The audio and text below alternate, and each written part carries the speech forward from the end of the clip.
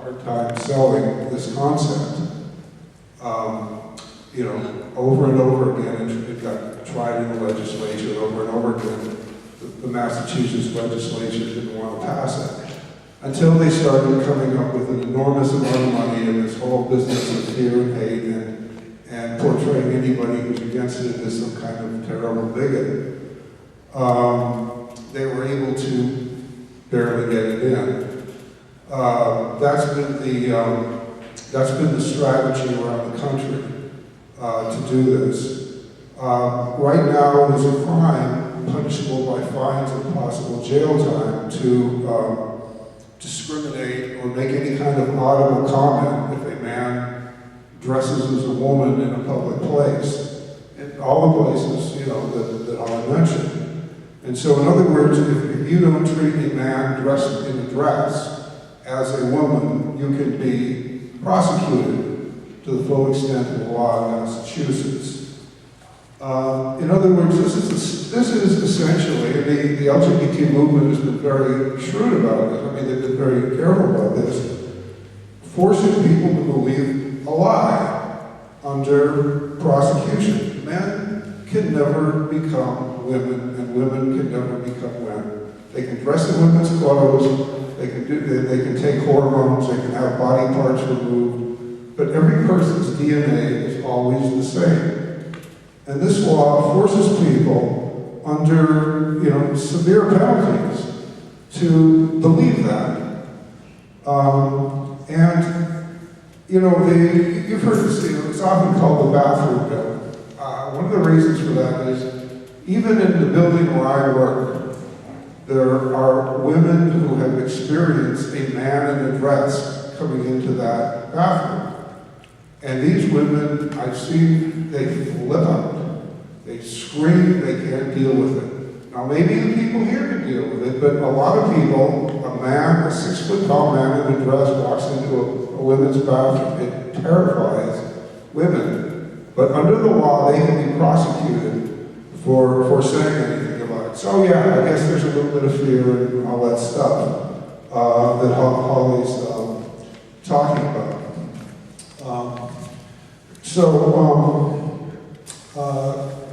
You know, this bill, as I said, is the state forcing people to believe a lie under penalty of fines and possible jail times and prosecution. One of the things that's really hurt. I mean, that I find very disturbing is the advertisements of the Yes on 3 now include children. What happens with these transgender children? These transgender children are given puberty blockers that sterilize them for life. They're given opposite sex hormones in large amounts. We don't know how this affects people in the long run. But that's the political thing that's going on here. That's part of their advertising. And I'd like to address this issue of, you know, companies leaving. Yeah, that's the fear tactic. All these companies are going to leave. But companies aren't going to leave. You know, no companies, you know, what it is it's a generated fear tactic to keep people in line politically and emotionally. Without those kinds of fear tactics, without those kinds of harassment, without those kinds of laws, people will believe the truth that men can never become women. It just is impossible. And, you know, that's it. If people want to treat men as women, you know, men in dresses as women, God bless them, let them do it. A lot of companies do that. Google does it. 1 million companies do it. Well, let them do it. But don't prosecute every single person if they don't want to believe that. It's wrong. And the reason that the LGBT movement has to push these laws is they can't sell it any other way. And so that's it.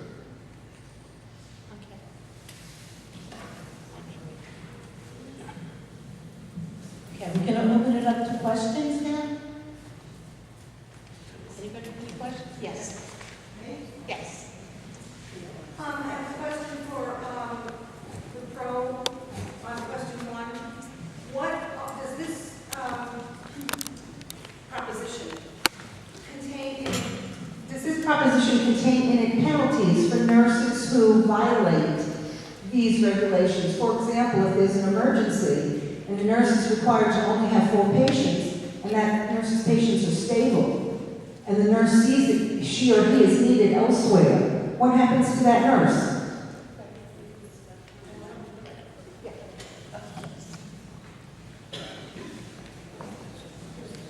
So absolutely nothing happens to that nurse.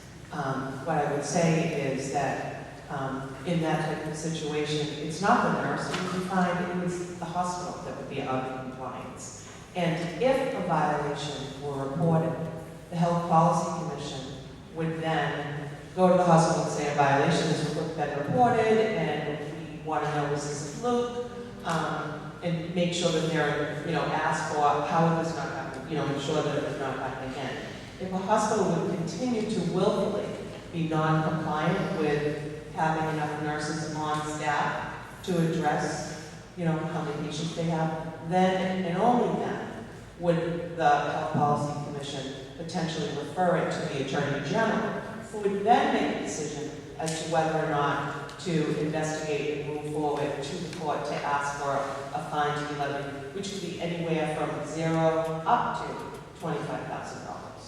So nurses will still, just because I could help my fellow nurse, doesn't mean that I'm taking her assignment. So nurses help each other out now, nurses will help each other out in the future. It doesn't mean that they would be in non-compliance. Okay, thank you. Another related question about this. Are there regulations like this in place for not registered nurses, but nurses who have a lesser degree, for doctors, for other kinds of medical personnel? Well, I'm pretty sure a doctor can be operating on 2 patients at one time. But there are other regulations when you take a look in general in society related to safety, and that's what we're talking about here. So there are regulations related to how many healthy children can be in a daycare.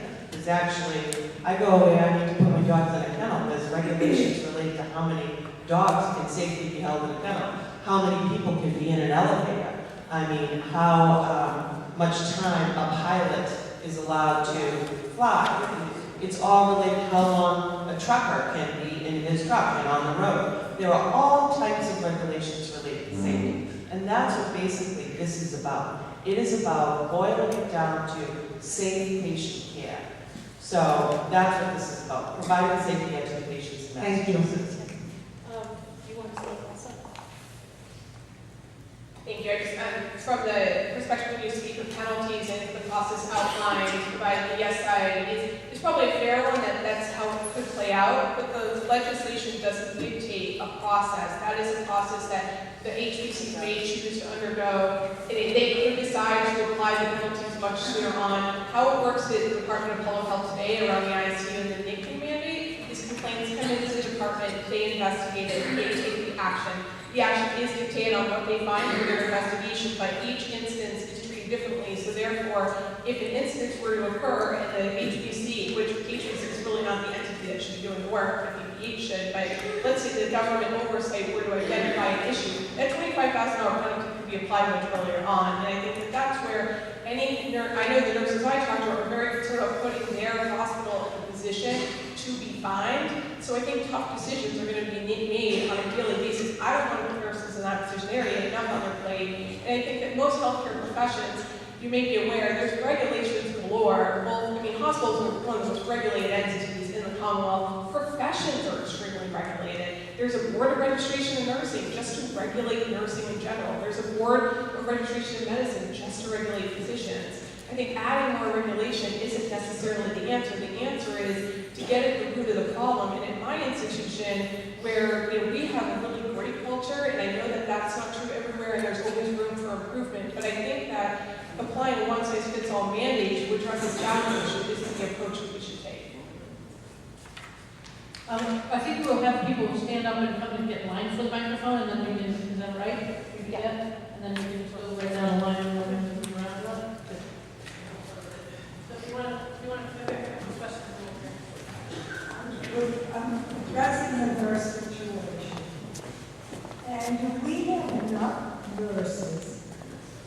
right now in this country to cover what you guys want? Yes, that's the short answer.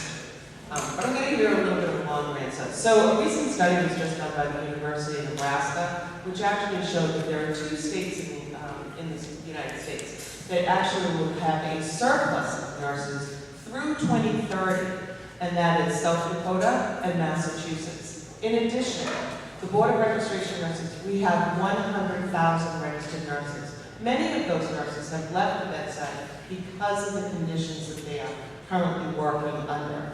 In addition, we graduate approximately 3,500 nurses per year from nursing schools in the state of Massachusetts. In addition, we also have approximately 2,000 nurses who have been hired by the hospitals and the hospital association to work in those hospitals only under part-time and per diem hours, who are ready, able, and willing to move into full-time positions, but they have not been able to do so.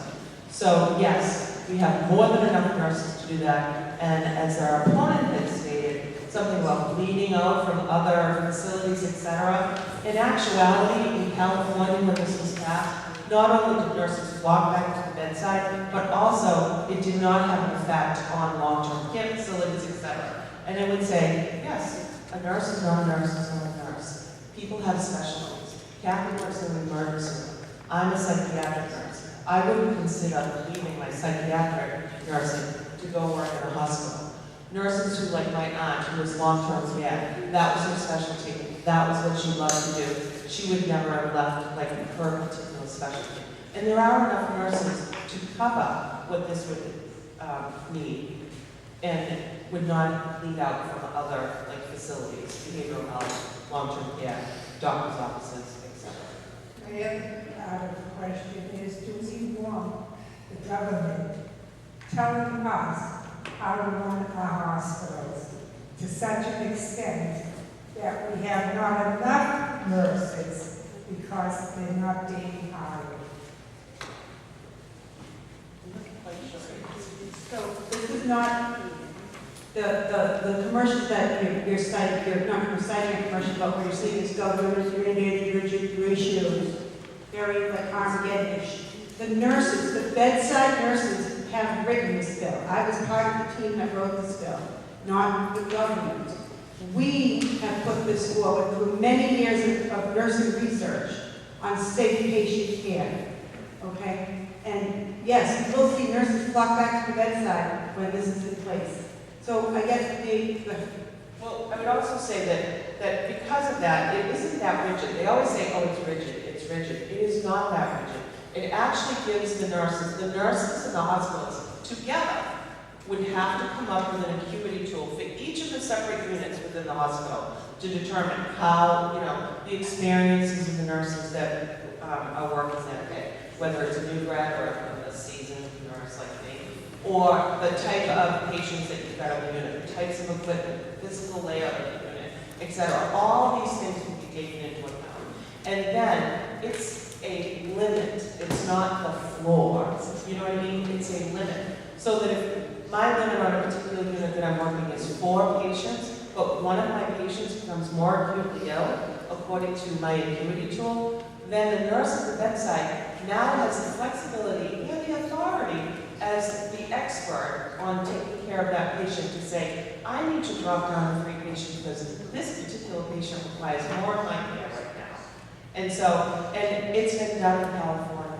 It's been done for 14 years without issues, without problems, no hospitals closed, no units closed. Hospitals actually ended up making profits over the last several years. And the ancillary staff, the housekeeping, etc., we purposely put that into the bill that they could not get rid of those members of the workforce because we value them as being part of the team. And we would not be able to do our job without them.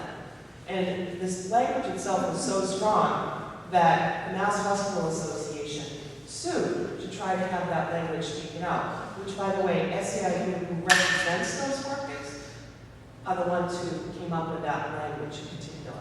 And in California, they actually had an increase, not only of nurses who came back to the bedside, but in like a 13-year span, I think it was from like 2005, or from 2004 up to 2016, when they took the data, the American Hospital Association took the data. 86% increase in the number of ancillary staff within their hospitals, and they still make a profit. The healthcare premiums are less, insurance went down. I mean, it was a win-win for everyone. So I'd like to comment on a few of the things that you brought up, which were all really great questions. So I think that it kind of, the last comment made ties back to the original question, and the Mass Hospital Association did dispute the language that's in the bill right now about not being able to restrict, reduce any other areas of staff in the facility, because how's any institution supposed to come into compliance? We're being given an unfunded mandate to increase one level of nursing. We can't reduce anything else. We only have so much money. I know that a lot of the facilities have different levels of profitability, different coming in. I work at a community hospital. We only have so much money. Our CEO has been extremely transparent about what we're going to need to do, because every idea is currently on the table. There's no way that any organization is going to see an unfunded mandate come through and not have to make reductions in order to have a budget and to be able to continue on staying and survive. My facility will stay standing. I firmly believe that in some way our hospital will be. Well, other community hospitals are barely hanging on, I don't know. But I think that one of the issues is that with that language, you do look at, well, how do you come up with it? My CEO is going to get told by his board, come up with the money, Gene. You're going to have to, you only have a budget. So what he's going to have to look at is, do I eliminate services? Do I pick apart services? Do I stop moving forward with good initiatives to help provide better care? What do I do to be able to be in compliance with this mandate, which it is a mandate with no exceptions, no waivers, unlike California, which had waivers and no financial penalties. We're on the hook for maintaining those staffing ratios 24/7. And the public health emergencies that the bill does allow for, there have been two in the recent decade. The last one being when Governor Patrick declared a public health crisis around the opioid epidemic. So what happened recently in Lawrence, North Andover, that's not a public health emergency. There's a pileup on Route 3, that's not a public health emergency. They're not held for often. The blizzards that we had a couple years ago, where we see EDs flooded with injuries and the flu and everything like that, we have to stay in compliance with these ratios throughout all of those situations. So again, I think it comes down to an operational dilemma for hospitals. How do you come to compliance with this law and still maintain your operation as is? You can't. You don't. You've got to figure out what gives. So I don't want to be put in that position. I know my CEO doesn't want to be put in that position to figure out how do we survive with this mandate coming through. I'm just going to respond to that just a little bit. So, about the hospital industry, it's a $28 billion industry. And in Massachusetts, they made $7.6 billion in profits in the last 5 years. And South Shore Hospital, between 2012 and 2017, their surplus was over it was close to $129 million. What this boils down to is that hospitals can afford this. The fact of the matter is that given the fact that they've spent already $13 million to try to feed it with ads and everything, that's money that they could have been putting towards your loved ones or your care in a hospital. And this is what it boils down to. Yes, it may cut into their profits, but what it does, it ensures that my 82-year-old mom with dementia down in Middleborough in a nursing home that we just had placed her in last week, when she goes into a hospital down there, that she deserves the same number of patients. Instead of 7 or being one of 7 or 8 patients, being one of 4 patients that she might get at like Mass General or Brigham Women's or these other facilities that already meet the requirements of the law. But for fiscal 16 and 17, which is the most recently publicly available data, which hospitals have to submit data to the federal and state government for so many things, including hospital financials. South Shore Hospital, which is the only hospital I can yell up in my head, we had a 0.2% operating margin, 0.3% operating margin, which equates to under $2 million. So the profitability, we reinvest back in the community. That's what we do. In the recent years, South Shore Hospital alone, we provide so much funding to the city of Weymouth that 90% of opioid-related deaths have been avoided through our Narcan program. We've just invested in a 911 program in Weymouth to be able to serve people in an efficient, timely way, getting them to the right resources at the right time, which is something I'm very proud of, with a less than 5-minute response time. So I think when we talk about profitability, and I can't speak for every hospital, I'm not going to try, but hospitals reinvest in the care that we receive in order to keep improving our healthcare system, to be able to improve the quality of the care that we receive. It's not just about profitability, but charity, reinvest back in the community. And yes, could there be ways that we improve staffing in a variety of areas? I think if you talk to other healthcare positions within the facility, everyone can do more. I know at ours, we've invested in nursing. We've added more nursing over the years. So I think this is a matter of just not looking at what that data is, but thinking about how hospitals are improving our care. Hospitals aren't the main guy here. We're like the best community resource that you have. I love my community hospital. I actually go to Yanita, I go to Norwood, and I go over to South Shore when it allows. I'm so happy that we have great community hospitals in our area, and I want to see them continue to be the resource they are today. Good afternoon. Thanks to the entire panel. This has been really wonderful. My question has to do with the folks on this. This may be more of a technical question. I'm going to refer to a statistic that has been published in the voter information booklet and also in the media campaigns that 86% of all nurses favor this proposition. I'm a math major. And having a lot of experience with how bell curves work, it is physically impossible to get 86% of people underneath the bell curve without manipulating the population stats data. I'd like to know where those numbers came from, please. Sure. I don't have a problem with that at all. So the M&A, it wasn't just a 1 year survey that was done. We employed Anderson Robbins Research, which is a nationally renowned research firm who does polling and survey for a number of companies and political issues, etc. And they are, I believe they're AAA accredited, and they do it just like all of the Harris Poll research does it. For example, if you're in Harris Poll, you may be one of 1,500 people, but it's a nationwide poll. So what they did was, yes, they picked approximately a little over 300 nurses, but it was taken from the board of registration in nursing, their roles. It wasn't a union nurse versus non-union nurse. It was and it affected what types of hospitals, what type of demographics. So it had a wide variety and a good, sampling of nurses within the state. And we did it in 2013, 2015, 2017, 2018, and every single year the results were climbing and starting to go up related to it. So it is considered, we hear that often, well, I was one of the 300 that was contacted, etc. But this is how surveys and polling work. So we're very confident in the results. And in all actuality, I believe it was 54% of the nurses that were surveyed were non-M&A members. Thank you. It's just knowing that it's very possible to make numbers and say whatever you want to say, no matter what position you're having. It's just very easy to do, and especially through private firms that specialize in something. Thank you. Yeah, I think we found it interesting. It's of the 100,000 plus nurses, 300, were part of the survey. And I think that Donna Williams on the record said that they were asked about if they support safe patient limits. It's not question one. So 86% of nurses support safe patient limits, not necessarily this ballot question, which again. My question is also related. I know that in prior years, the issue of patient to nurse ratio was a contractual issue. It was negotiated in most hospitals, most of the larger hospitals. My question is, how did you come up with the 4 number? You had mentioned when you were speaking earlier that what is now 8. So how did you get way down to 4?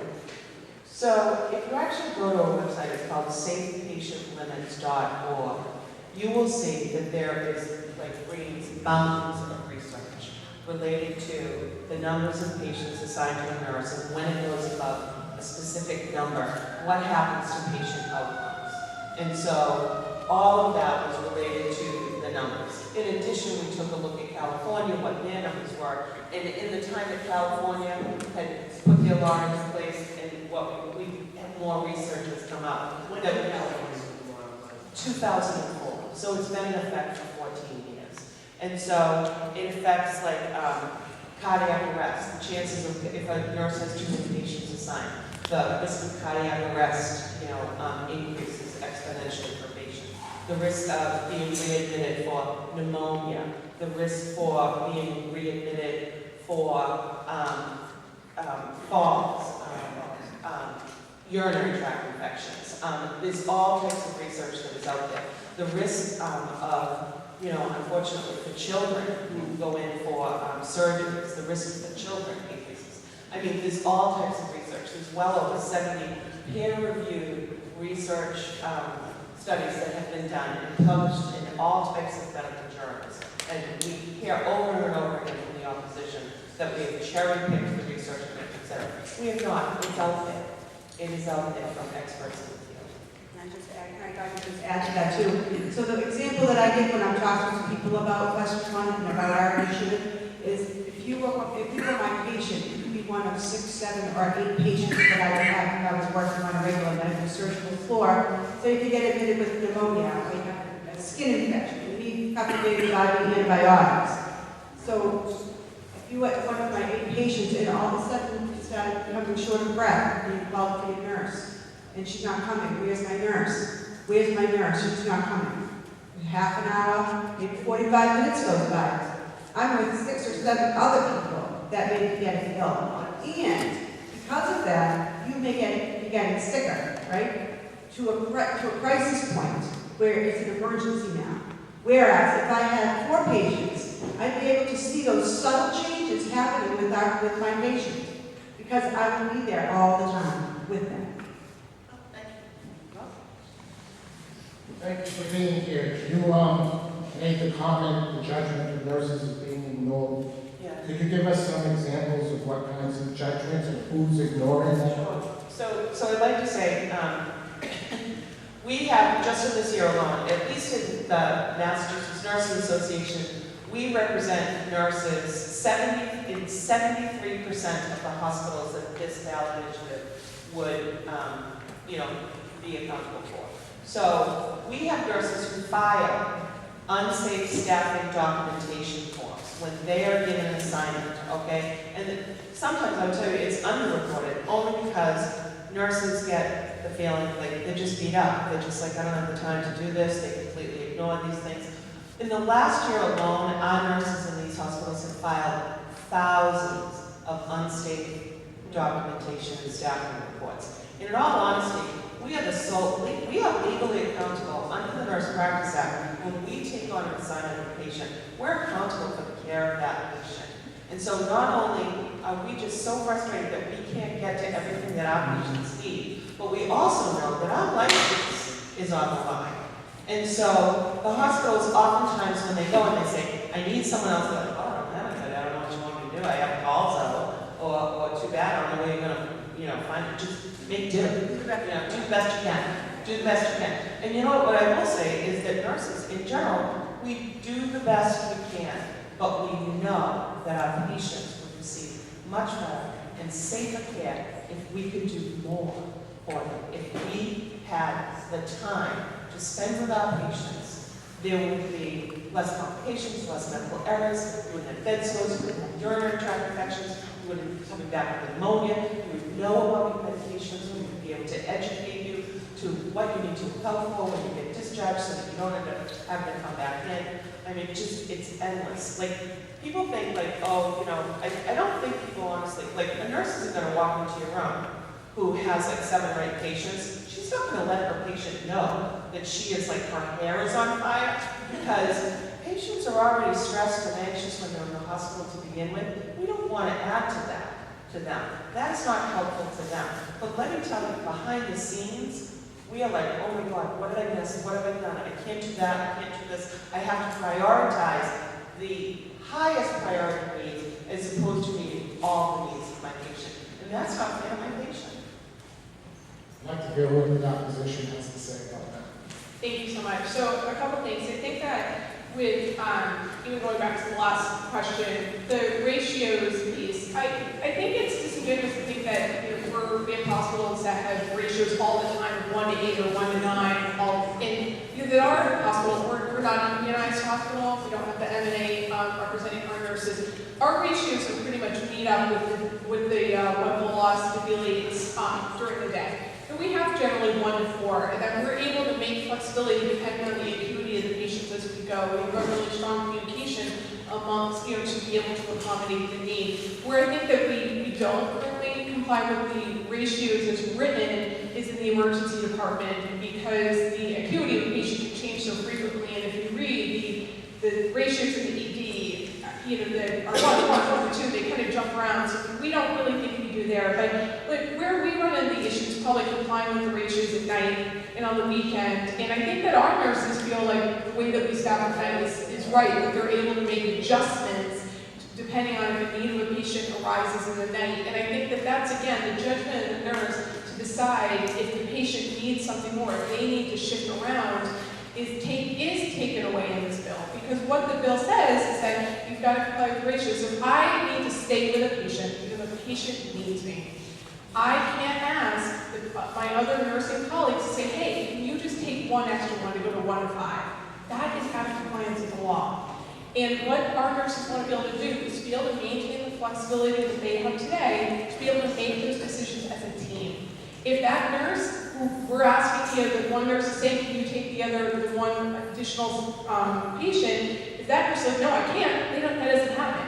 If a nurse is like, hey, I want to go to lunch, can you watch my patient? No, I can't, my patient's needy. That nurse doesn't go to lunch right then and there. You want to take a break, but now what that is taking away is their flexibility as a team to use their judgment to determine what indeed is best for their patients and them to be able to continue throughout their day. So I don't want to have it go around that we're staffing at 1 to 8 and that things are unsafe. If things were so unsafe, the data would show how it would show in our data indicators. And right now, in Massachusetts, we're number 1, if not number 2, in every major data statistic in terms of quality. California, it's not. I mean, we keep comparing ourselves to California, but I don't know why we're doing that. We're Massachusetts. We should look at the data we have and the facilities we have here. And again, it's not to say that there's not room for improvement. I think that there absolutely is room for improvement. But again, I don't believe that a one-size-fits-all government mandate and law dictates exactly how to staff, and no exceptions, is the way to get the improvements that we need to collectively make across the state. We're going to go on to the next. Yep. Okay, this is both feel bad for feeling great. We'll send you some no-goes. First of all, I don't believe there's not a nursing shortage. My wife's been a nurse for 30 years. And I work in hospitals on the PI development side and watch these small hospitals that I work in suffer. You can't tell me a hospital like Central Mass, Regional, or Harrington, or Gordon, these smaller hospitals are going to survive. They're not. They're not. And the MMA, that's the union, right? Are you? Yeah. The MMA is basically the person. So you have something to gain by this. That you're going to get more people in, that kind of thing. And additionally, you got to convince me it's not going to trickle down to the insult workers. But I'm just asking for them to tell me where the nurses are going to come from. And nurses graduating, most of them don't want to work in med surg. They don't want to clean the med pans and that kind of thing. But they want to go into the NICU or they want to go into the ICU. So, I understand that, but I'm just telling you that they don't want to be lifting. They don't want to go into those areas. So just tell me where they're all going to come from. I like to hear from both sides. So a question I think was already asked and answered on that. I didn't get a chance. On the nursing shortage issue, I mean, the data currently shows that right now that we have over 1,500, we're a nursing shortage of over 1,500. I think that I was with an HR director from a Boston hospital the other night, and he said that his biggest challenges aren't necessarily recruiting to get nurses during the day. It's that the nursing, being a nurse is really hard. It's a 24/7 job. We know that. Nights, weekends, holidays, it's tough to convince young grads to go into the field to be able to work the shifts that are needed right now. He said his biggest concern with this bill is being able to recruit nurses to do the night shifts in the weekends and the holidays because, and you don't know, those are really hard to cover. And I know, I have friends that graduated nursing that into it for a few years and left because frankly, they get to make more money in pharmaceutical sales or in biotech, where like it's a 9-to-5 job. It's not as hard as being a nurse. So I'm not saying that some of those folks may not come back, but I think we have to think about where we live in Massachusetts and the types of professions that really benefit from folks with a nursing degree. I know that's where my friends are going, and I know talking to the gentleman from who's the HR director, those were just his concerns about being able to recruit and maintain staff. My question is. Oh, I just wanted to, one little thing on that. So I would say, yes, a lot of our nurses, what we're finding is when they do come out and they do end up getting a job in a hospital, a lot of them are leaving within 5 years. And it's not because they want to go, to less out. It's because of the stress and the conditions that they currently place under. And as far as the nursing shortage and, not being able to, put it this way, Tufts Medical Center last year, they refused to hire nurses because one of the reasons why the nurses there went out on strike, something that a nurse never ever wants to do. It was because they needed more staffing, they needed more nurses at the bedside, and the hospital itself was refusing to hire them. My question is on emergency care. I mean, we've had experience in the family with triage, life and death, and I've been hearing on TV about the long waits about EMS taking care of the patients waiting for endurance. Would that happen with a triage patient? Can you convince me that they would be saved in time? Yes, ma'am. I work in the emergency department at both hospitals. I've worked there for the last 20 years. I've been a nurse for 30 years. And we do have, some days are busier than others, and that's in any emergency department all across the state. But we have to address the issues of why people are coming to the emergency departments in the first place. ER overcrowding is related to the primary care offices. Can't see the patient docs when I come in, I got a pain in my stomach. No, I can't see you, go to the ER, go to the ER, go to the ER. Uninsured patients, but they have nowhere else to go, okay? The rampant substance abuse patients that we see, the opioid epidemic, clearly, those patients that we see, because they also have nowhere else to go. Because our mental health services here in Massachusetts have been cut to the bone, okay? So that's why. But as far as we do triage every day, the sickest patients, we're gonna see the sickest patients first, right? So if you're having a stroke or a heart attack, or cardiac arrest, yes, you're going to be taken care of first, absolutely, by every nurse that's there. And no, we cannot turn any patients away. So that those commercials that they have put out are very contradictory. Okay, and initially they're saying that they would have to turn away 100 patients a day, which I found that'd be scary if you're, if you're a layperson like my mother-in-law. It's 85 years old, and she's like, oh my God, is that true? I said, absolutely not. It's unethical. It's against the law, number one, it's unethical, number two, we would never turn anyone away. We take care of all our patients. And no, when the ambulances come to my door, no, they're not standing for hours. Maybe 5 minutes until I can get a room ready for them, absolutely, or somewhere to put them. But wait times also, if we had, with this, we would have enough nurses in the emergency department to take care of all those patients. We don't want anyone waiting in the waiting room, absolutely not. And there'd be more nurses up on the units to actually, because a lot of times I can't leave the ED because there aren't enough nurses up in the units to take those patients. Now there would be enough nurses up in the units, so the flow through goes ahead. And again, I would say in California, I mean, think about it just logistically, and like picture in your head, like lines in ambulances, like around the corner, waiting to be seen. If that had happened in California, I think they would have done something about it, but it hasn't happened. There is no such thing as holding the wall and having the EMT sign up, et cetera, et cetera, et cetera. It's a false, a falsehood that's been put out there, and it's a scare tactic in order to confuse the voters and to get them to vote no.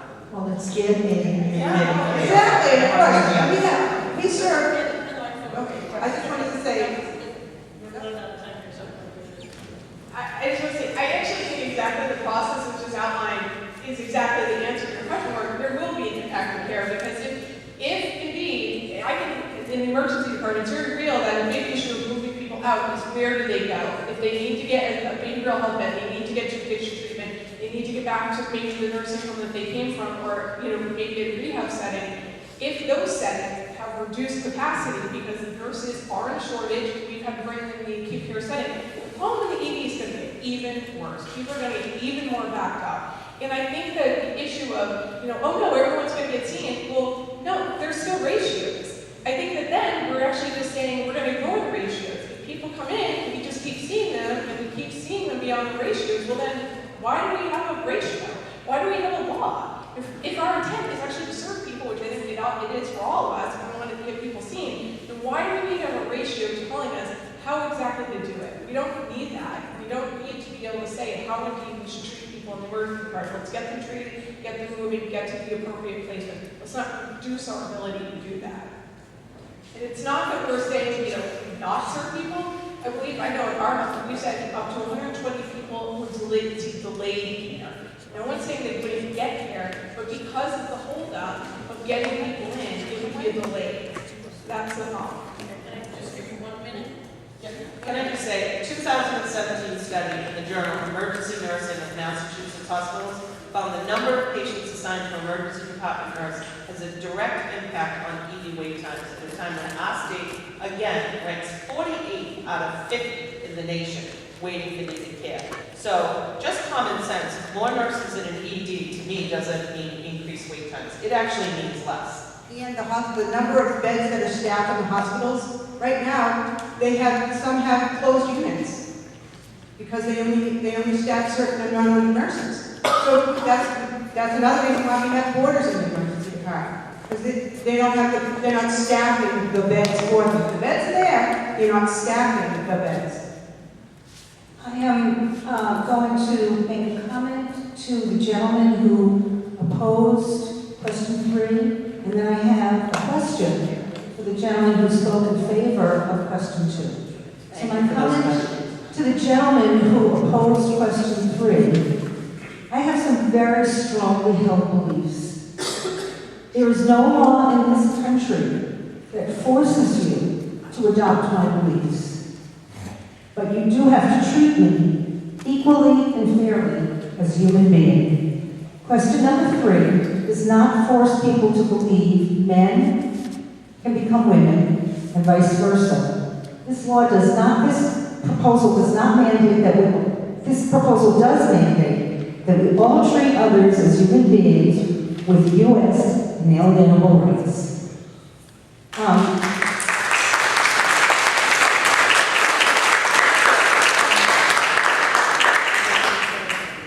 I would just like to address a question with you about question number 2. I think it's important to clarify for the people here today that it's a long, long road to get a constitutional amendment passed. It doesn't mean that the effort that would happen if we pass this initiative, question 2, is not worth it. But we shouldn't be given false hope that this is going to happen, in 6 months or a year, to get all the way to adopting a constitutional amendment. Thank you. Can I address that? What question 3 does is it addresses the law that is currently in place.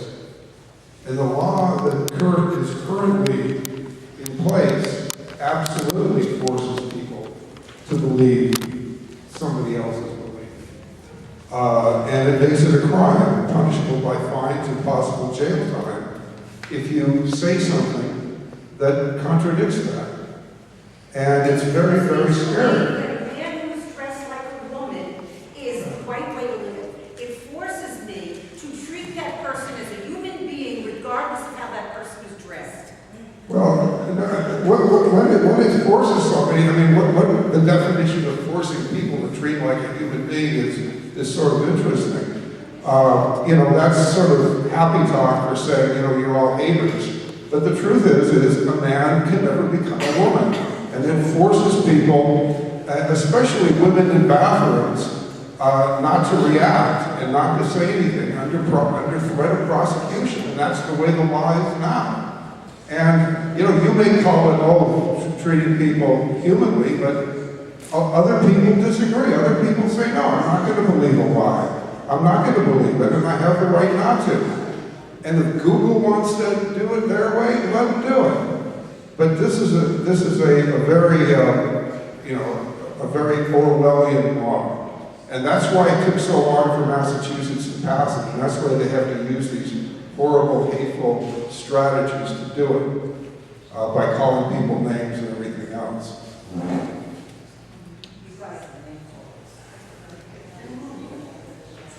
Okay, I speak, as I said, a lot of these things, and I tailor my speech usually for the room.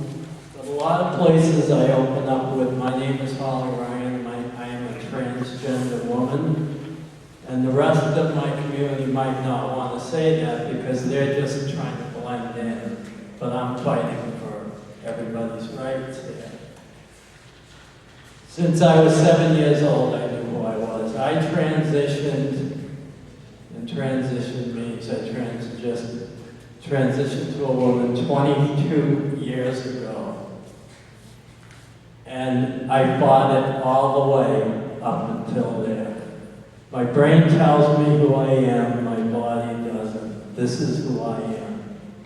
You know, and I'm sorry that I have to keep fighting for my own rights. I thought this was over. But it is misinformation from the other side. And there has not been any incidences, even though they'll make them up, in any public accommodation of anybody being harassed in any of the cities, towns, or municipalities or states in this country since we've adopted these laws. Thank you very much. So I actually have just a comment about the nursing education, and I think the gentleman who spoke earlier has left the room. Massachusetts graduates 3,500 new nurses every year. My daughter was one of those new nurses recently, and I teach at the university level. Many of our graduates have to leave the state in order to get a job. My daughter herself and her friends that were looking for jobs in Massachusetts submitted in excess of 60 applications before they got interviewed.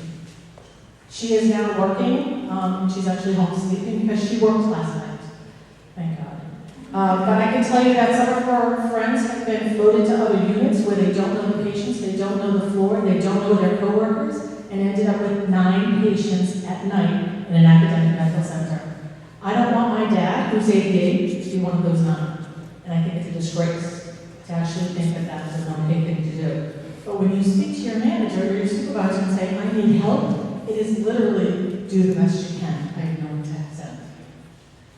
I know a nurse who is actually graduating. She's working as a secretary in an intensive care unit in a small community hospital, a 4-bed ICU. One registered nurse was assigned to those 4 patients. They said, what are we going to do? We need more help.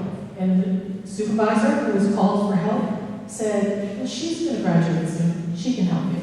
So that's what management is telling these nurses who are putting their licenses on the line. And I think it's unconscionable, quite frankly. I'm an emergency room nurse. That legislation was written in compliance with what the Emergency Nurses Association says should be used for triaging patients. It is consistent with their guidelines. So that's what I want to say about question 1. Question 3, Holly, I want to thank you for being so open and honest and sharing. And difficulty it has meant for you to get to this point, and congratulations. I will say, Brian, I'm sorry, I can't see your name. Brian, thank you. I personally was pretty offended with your comments. Can you please comment on the suicidality and the suicide rate of kids who want to trans and can't, or not allowed to be open?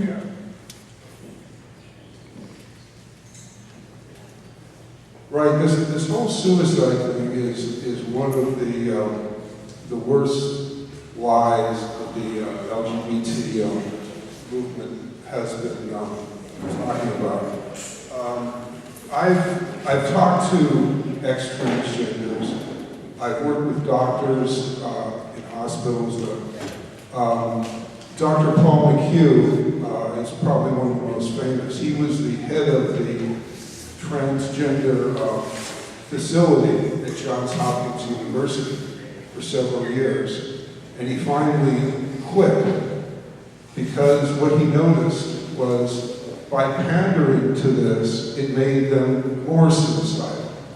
It never really fixes it. It is a problem when people are suicidal, it never fixes it. What a lot of these people need is real help. And I've talked to ex-transgenders, one man, Walt Heyer, who actually had the surgery. And, you know, he just can't stop it. He says, what this does is it causes suicide because you never fix the problem. You know, what has to happen is these people need to understand that they're never going to be women and they can't be women, and that there are other issues that are going on in their lives that cause this to happen. And I've talked to women who are ex-transgender, and that is the problem. And these children, it is so heartbreaking what these people do. They give them, you know, puberty blockers to make them permanently sterile. They give them massive amounts of opposite sex hormones. It never fixes it. They only get worse. The suicide gets worse. They need help. So that's it. And, you know, I'm very offended at this kind of, well, you're a hater, you don't understand. I think I do understand. I've talked to enough people. I've seen the agony in their lives, you know, over this stupid, idiotic question. And I'm not. Name calling. Yeah, name calling, right. Hate has no home. Okay, well, myself and Brian have known each other since 2004. We're from the same city. We've been doing this since 2004. So we have a certain relationship. I expect what I expect from Brian. Brian knows what I'm going to say. The rate amongst LGBTQ plus questioning children is 2/3 of, and teenagers is 2/3 of the whole teenage population. When I personally transitioned, since we can talk about this, I was at the end of my rope.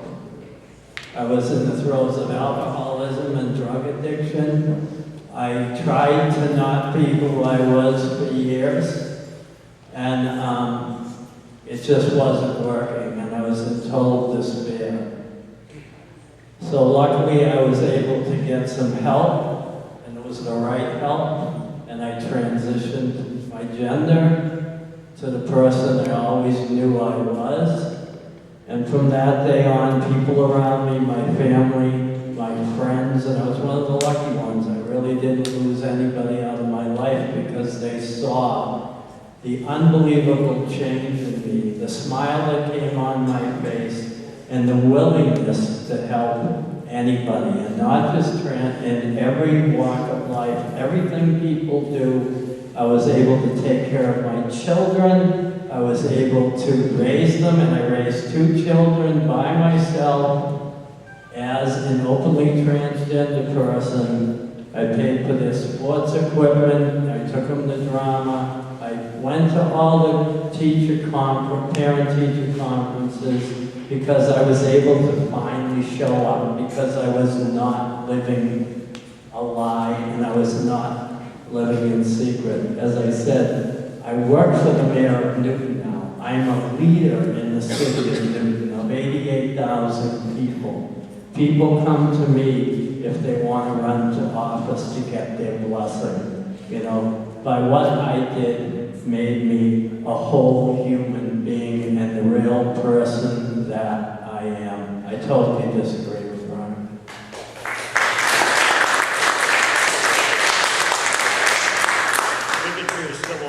Brian, I would like to ask a question.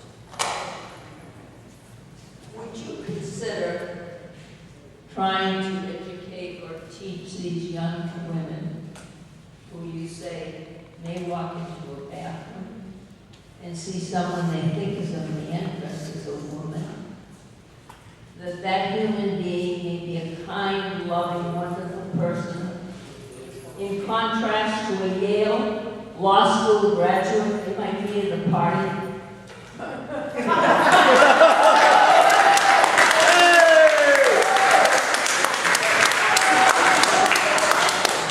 I guess, you know, I should have just thought about that. How long would it take for Trump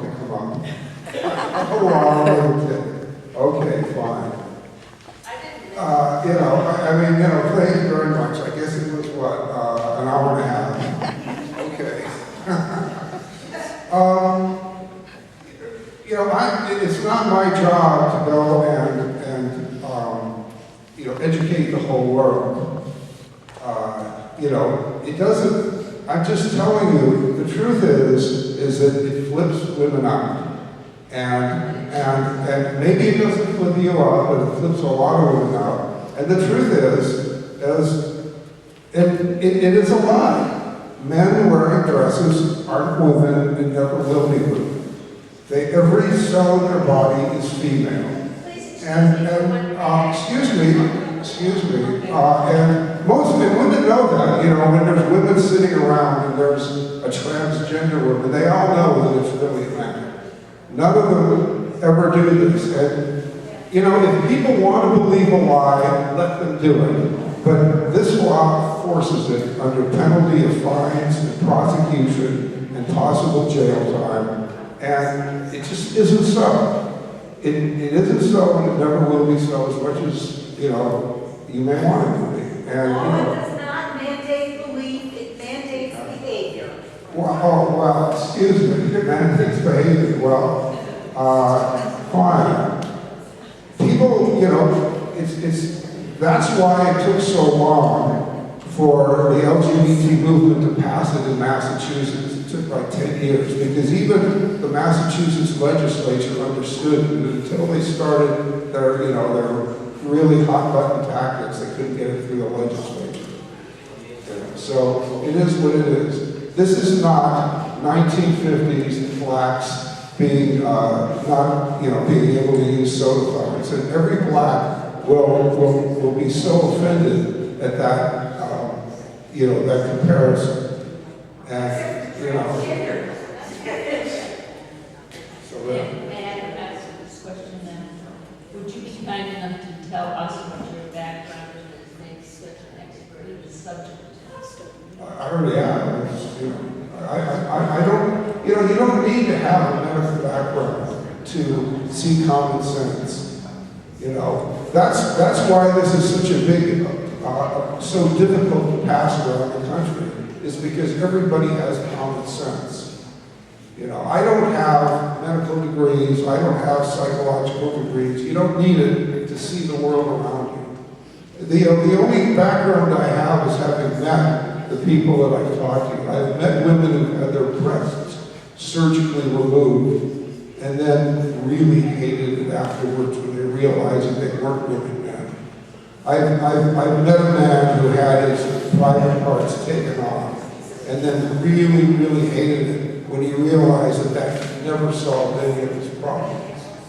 And I've seen kids who, Boston Children's Hospital wants to give puberty blockers so that they can't grow normally just because of this stupid medical quackery that this absurd movement wants to push. I've seen that, so that's what I've seen, and that's why I'm that's why I've seen the misery that it causes.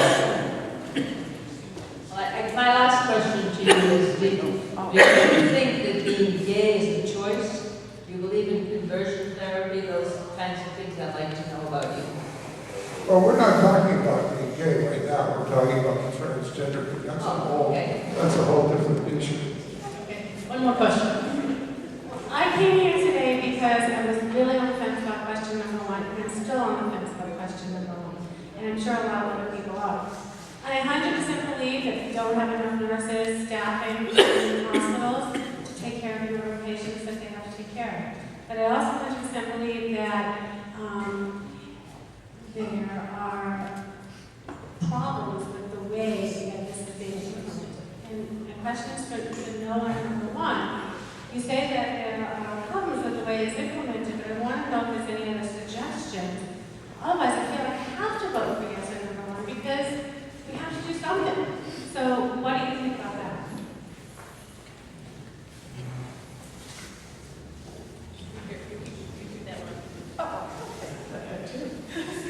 No, I think, maybe it's a good question. I think that I could speak for some of the things I think that have worked prior. I think one is having a more robust communication stream. I think that I work with a smaller health system that I think from a we're able to maintain that level of communication. So I was with a nurse manager who said, you know, I thought we needed more staff in the oncology floor. She's a nurse manager for oncology. She said, so I collected data, I saw that indeed our census was higher, we should have had a better ratio.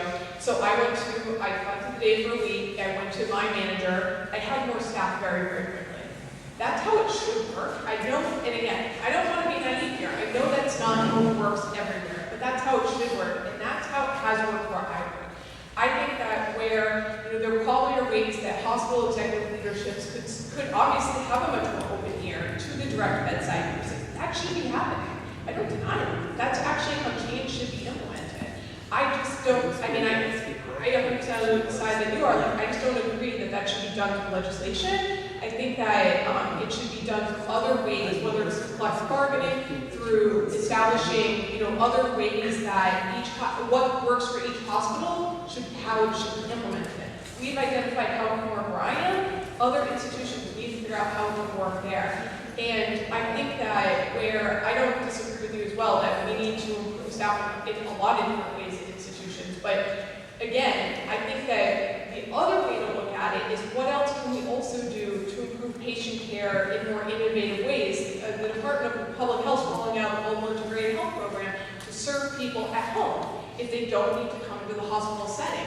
That's where healthcare should be going, is how can we think about ways to serve people in ways that are more in line with how they want to be treated. You know, we've seen a lot of urgent care centers pop up because most people do not work traditional hours that enable them to get through their PCP. We need to provide more opportunities for people to get care in the way that they want to, in the way that they need to be cared for now. Telemedicine is another area of innovation. That has nothing to do with it. Nurses in the hospital. I'm very grateful that there is home care for my mom. Yep. The nurse comes in 3 nights a week and a physical therapist comes in sometimes. That's fabulous. We're talking about the bill, we're just talking about hospitals and staffing in a hospital. So one thing in the bill, I think there could have been more built into that.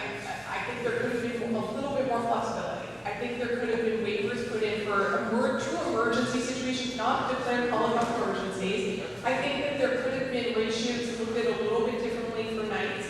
Because I think that while there were some nurses that came to the table, that it wasn't done in collaboration with how it was operationalized in the hospital. So we could have gotten the sides together to negotiate prior to this point from the ballot question, and I think there were, you know, perhaps there were attempts over the years to do that, but that's where I think that's missing from my perspective, is that flexibility to allow for the nurse to do a transport, the nurse to sit with a dying patient, the nurse to do these things, where there wasn't the need for another nurse to come in and pick up those 3 other patients that were not at compliance with the ratios. So a couple of things on that.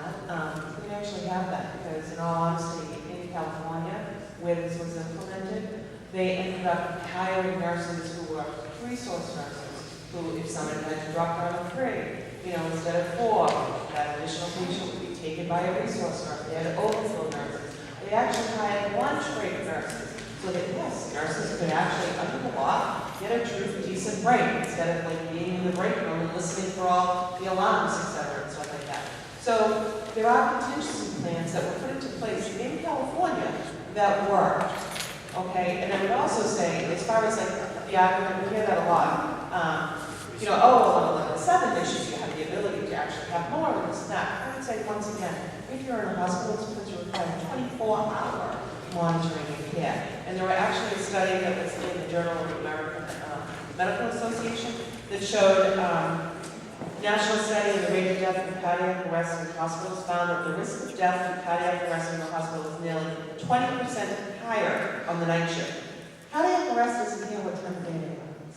Like complications, you know, don't care what time of day it happens. Strokes, don't care what time of day it happens. A fall, because you have to get up to the bathroom and your nurse isn't answering the call, so you get up, but you're not actually safe to go to the bathroom, and you fall and break a hip. That doesn't happen, like, you know, it can happen any time of day. These are the types of things that we're talking about. And once again, yes, some hospitals are very good. There are some hospitals that actually meet the standards. What we're saying is that every unit, every hospital, every patient deserves the same level of care and the same level of safety as another hospital is. in addition. They say contract, in your contract, we've tried to get that. It's nearly impossible to try to get staffing guidelines into your contract. It's very difficult to negotiate a contract. Staffing committees. I've been a nurse for 34 years. I've been on the staffing committee for all of those 34 years. Not one thing has changed. Not one thing has changed.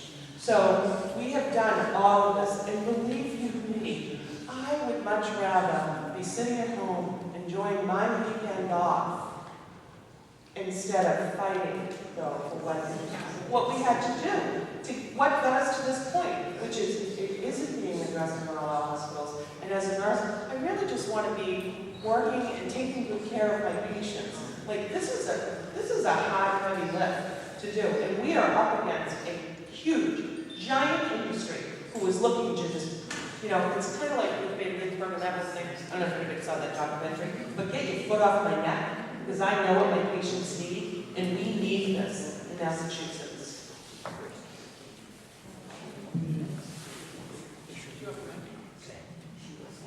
I'd like to thank everyone who showed up today. I think we had a lively discussion. We have materials in the back about voter registration cards and also applications for an absentee ballot. In Massachusetts, early voting will start on October 22nd and go through November 2nd. So there's no excuse not to vote. Election day, of course, is November 6th, and the voter registration deadline is October 17th. Thank you.